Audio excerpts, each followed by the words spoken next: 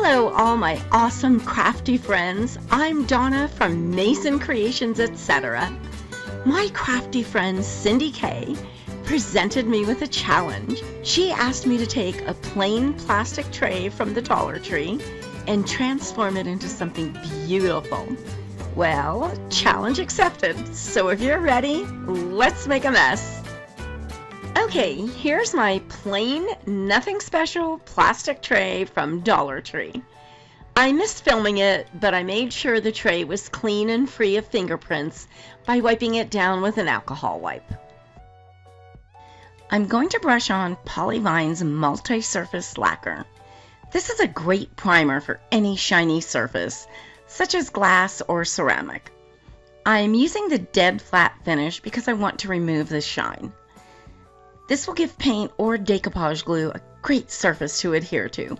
Paint won't chip, scratch, or peel. I'm going to make sure to get the top and the bottom of the tray. This and all the products you're going to see me use today came from decoupagenapkins.com, my wonderful sponsors. I let the lacquer dry for an hour, and now I'm going to give the tray a base coat of Dixie Belle chalk paint in the color drop cloth. I want to make sure those dots are good and covered up so they don't show through my colored paint. And again, I'm making sure to get the entire tray, top and bottom. I'll let that dry for about 30 minutes. If you don't wish to see the captions, you have the ability to turn them off. Tap your screen, go into the settings icon in the top right corner, click on captions, then turn off captions.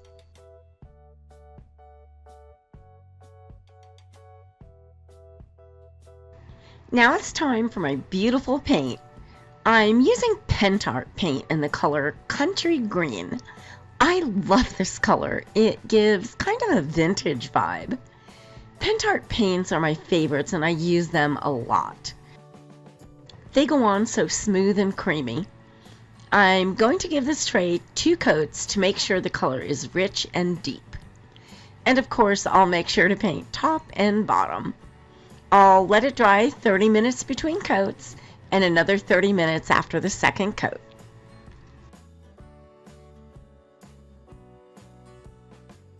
To make sure I get a nice smooth finish, I'm giving the tray a quick sanding with a fine grit sandpaper, then wiping off all the dust with a slightly damp paper towel. I'm going to make this look even more vintage by adding a crackle finish. I'm using Pentart's Fine Line Crackle Varnish. It's a 2-part system and I'm brushing on component number 1. I'll let that dry for about an hour or so until it's clear. Once dry, I'll brush on component number 2. I'm doing the crackle on the top and bottom of the tray. This step is an amber color. Use thin, even strokes. If you get a buildup or drips anywhere, it'll show when dry. I'll let this dry for a couple of hours. Once dry, you'll see the cracks.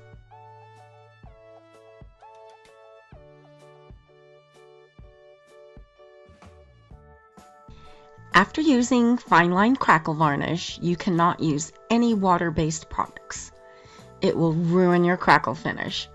You can only use solvent-based antiques and sealers.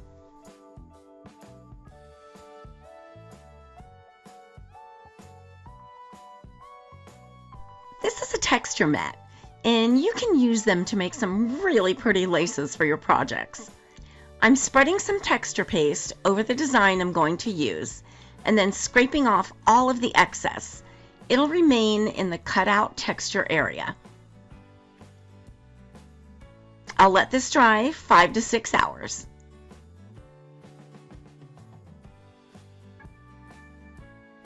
Now that it's dry, I'm using an alcohol wipe to remove the excess film around the design. I turned the mat upside down and I'm carefully rolling the mat off of the trim. It remains flexible, but be careful because it's very fragile. If it starts to get stiff, you can mist it with a tiny bit of water to make it flexible again. I cut them to the correct length, and now I'm going to use tacky glue to attach them to the sides of my tray.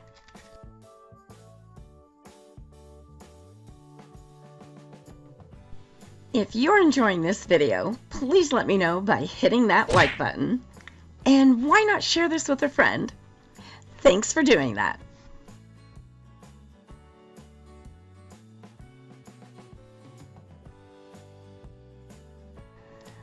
I let the glue dry for about an hour, and now I'm adding component 1 of the fine line crackle to all 4 sides of the tray, but not over top of the texture. I'll let that dry for a couple of hours until it turns clear.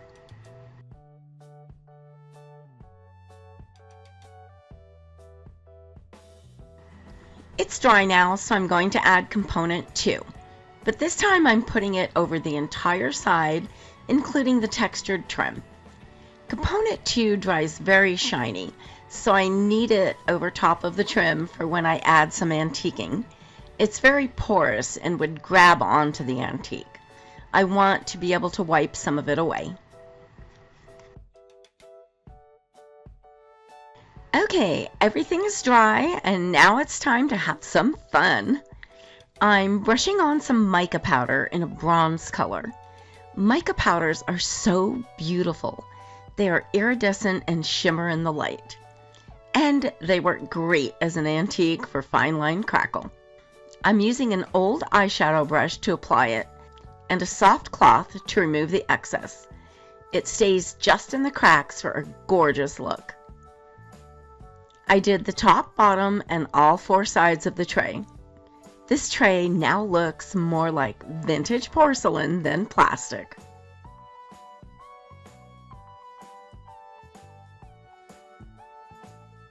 DecoupageNapkins.com has such a great selection of rice papers, as well as napkins that you can purchase one at a time. Transfers, molds, modeling clay, stencils, stamps, scrapbook paper, and much more. Over 8,000 products, including a great selection of polyvine products, which are so popular right now. Several lines of paint, including Dixie Belle and Pentart, in a wide variety of colors. They are wonderful to work with and will send your order out fast. They offer several automatic discounts when checking out on orders over $50, $75, and $125.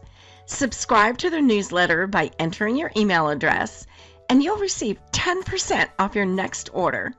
They are truly your one-stop shop for craft supplies. Make sure you check them out. I'll be leaving links for all the products I use in my description box below.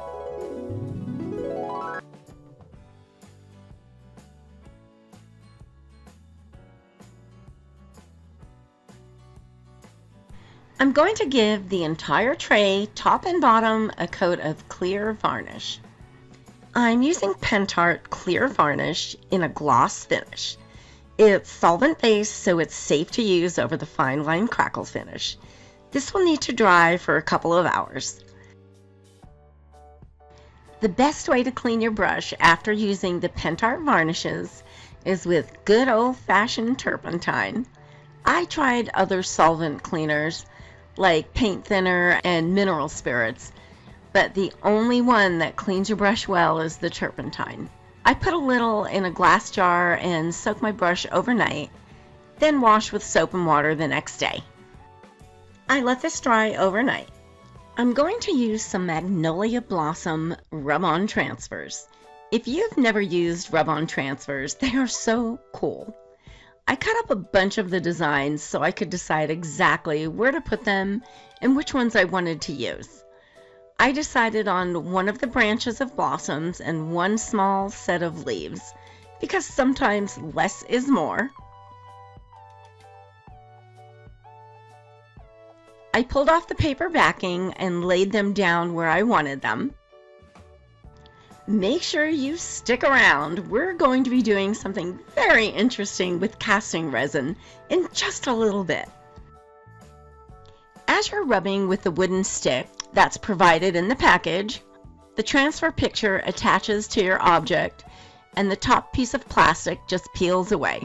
Before you pull the plastic away, make sure your transfer is attached to your piece. I'm rubbing and lifting the plastic a little at a time. I test all the products that I recommend in my videos.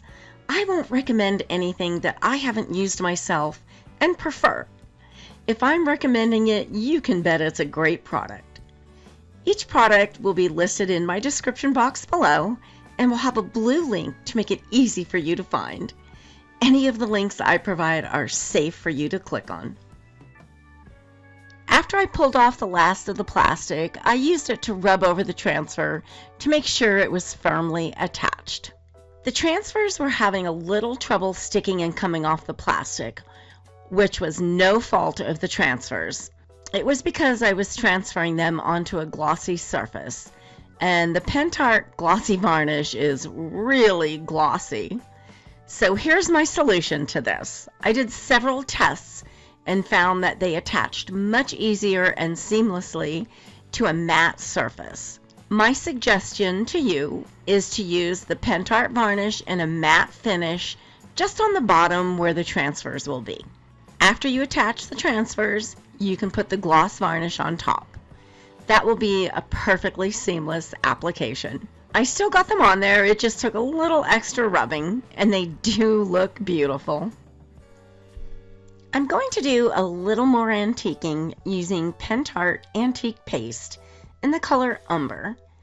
I'm adding it to all the corners and edges. I'm wiping off the excess with a soft cloth.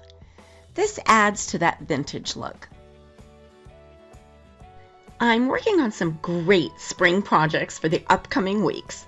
I'll be doing some decoupage, 3D air dry clay, and mixed media canvases. I am going to do a series of reverse decoupage clear glass plates with some really different and fun techniques on each one. You'll want to subscribe so you don't miss any of them. I'm working on a couple of July 4th plates right now that are by request.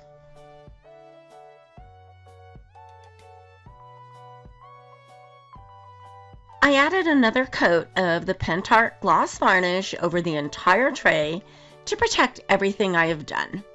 This isn't food safe, so if you use this tray for food, cookies, etc., you'll need to lay down a paper towel, doily, or butcher paper first. As promised, it's time to do something really interesting with the casting resin. My crafty friend Sharon G. from Connecticut asked me if there was some way to color the resin since it turns white when curing. Here you go, Sharon. This is just one of several ways, and I'll save the other ones for another video. I'm using the same mica powder that I antiqued the cracks with. I'm brushing the inside of the mold with the mica powder, making sure to get it in every little nook and cranny. I'm mixing up some casting resin. If you haven't seen how to use this, I have an in-depth tutorial on exactly how to measure and apply it. You can click the banner in the top right-hand corner to watch it. I'll also leave a link in my description box below. There are two parts, A and B, which are measured in equal parts. Mix until blended. Now you only have about 3 minutes to get it into the mold because it starts setting up. It will be ready to use in 10 minutes. This stuff is really great. I didn't realize it at the time I was making this video, but this particular mold has been discontinued. However, my friends over at decoupagenapkins.com have an outstanding selection of molds with all types of swirls. Make sure you head over there and take a quick look. Make sure you mix and pour the resin into the mold slowly so you don't get bubbles. Where are you watching from? Let me know in the comments. It's fun to see what cities and countries you are all watching from. I'm filming from Las Vegas, Nevada in the United States. Okay, I'm going to remove these from the mold now, and they are going to be so beautiful.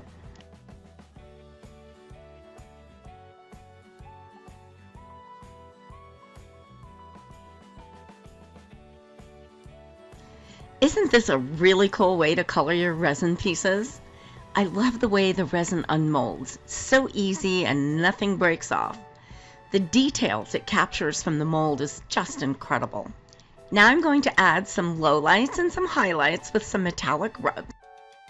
First, I'm using soot to get some darker areas in all the cracks between the swirls.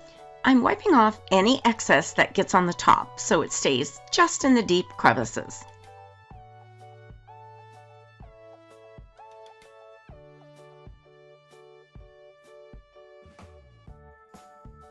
Then I'm rubbing on aged brass, white gold, and firebird over just the tops to highlight them and give them a really beautiful metallic look. You can get some really interesting effects by using rubs and combining different colors.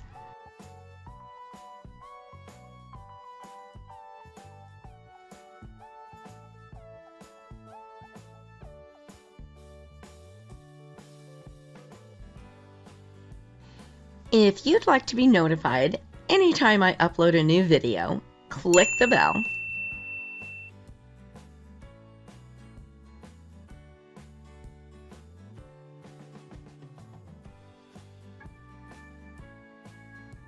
I let the rubs dry for about an hour and then gave them a coat of clear, glossy varnish, and then let that dry for a couple of hours. I'm using E6000 to glue the swirls to the tray. I'm putting them on the handles for a little touch of elegance.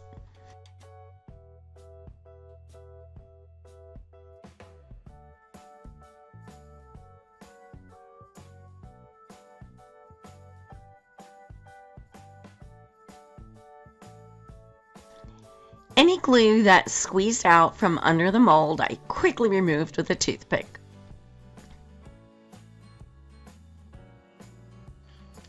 Don't forget, all of the wonderful products I'm using today can be found at my favorite place for craft supplies, decoupagenapkins.com, and I'll leave you links in my description box below. Well, Cindy, did I meet your challenge? And Sharon, what do you think about how to get color on the casting resin? I hope both of you ladies enjoyed this video.